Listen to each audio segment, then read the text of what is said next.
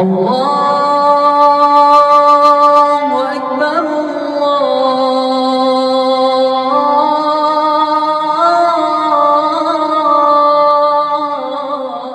یہ ہے کہ جو عربی کا صرف ترجمہ کر لے وہ مفسر قرآن ہے، اور یہ تو چھوڑو، حدیث کو تو اور اس سے آسان سمجھ لیا، پنچر بناتے بناتے اہل حدیث بن جاتا ہے۔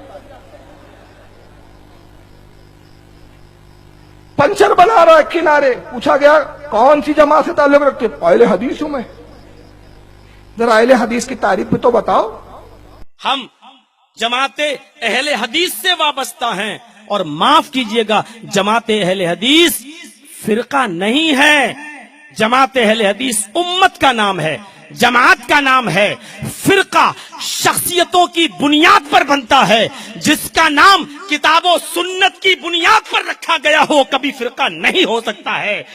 فرقہ بزرگوں کی شخصیتوں کی نام پر رکھے جاتے ہیں۔ ہم ابو حنیفہ کے نام پر حنفی فرقہ بنا سکتے ہیں، امام شافعی کے نام پر ہم شافعی فرقہ بنا سکتے ہیں۔ اسی طریقے سے اہل حدیثوں کے درمیان بہت سے بزرگ آئے، ہم ثناء اللہ کو بڑا بزرگ مانتے ہیں، لیکن ثناء اللہ کے نام پر ہم نے کوئی فرقہ ثنائیہ نہیں بنایا۔ ابن تیمیہ کو ہم بہت بڑا بزرگ مانتے ہیں، ہمارے درمیان بہت بڑے بزرگ تھے، لیکن اہل حدیث نے کبھی تیمی کے نام سے کوئی فرقہ نہیں بنایا۔ ابن قیم ہمارے درمیان بڑے بزرگ گزرے ہیں، لیکن کبھی ہم نے ابن قیم کے نام پر کوئی فرقہ نہیں بنایا۔ فرقے بزرگوں اور شخصیتوں کے نام پر بنتے ہیں، ہم تو امت ہیں۔ قرآن کو بھی حدیث کہا گیا، نبی کے فرمان کو بھی حدیث کہا گیا، اللہ نے قرآن کو حدیث کہا ہے۔ فَبِأَيِّ حَدِيثٍ بَعْدَهُ يُؤْمِنُونَ۔ لوگو، ہم نے جو حدیث اتاری ہے نہیں قرآن، اس حدیث کے بعد تم کس کتاب پر ایمان لاؤ گے؟ اللہ نے قرآن کو حدیث کہا ہے، اللہ کے نبی نے اپنے خطبے میں کہا ہے فَإِنَّ خَيْرَ الْحَدِيثِ كِتَابُ اللَّهِ۔ سب سے بہترین حدیث اللہ کی کتاب یعنی قرآن ہے۔ قرآن بھی حدیث ہے، نبی کا فرمان بھی حدیث ہے۔ اہل حدیث کا مطلب قرآن اور حدیث کو ماننے والا، قرآن و حدیث کو ماننے والا امت ہوتا ہے، فرقہ نہیں ہوتا ہے۔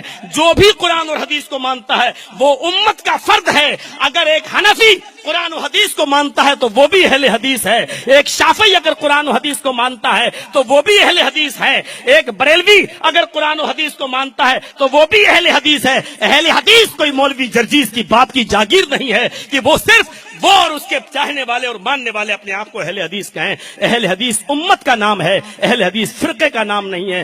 فرقہ بستیوں اور بزرگوں اور شخصیتوں کے نام پر بنتا ہے، امت کتاب و سنت کی بنیاد پر بنتی ہے۔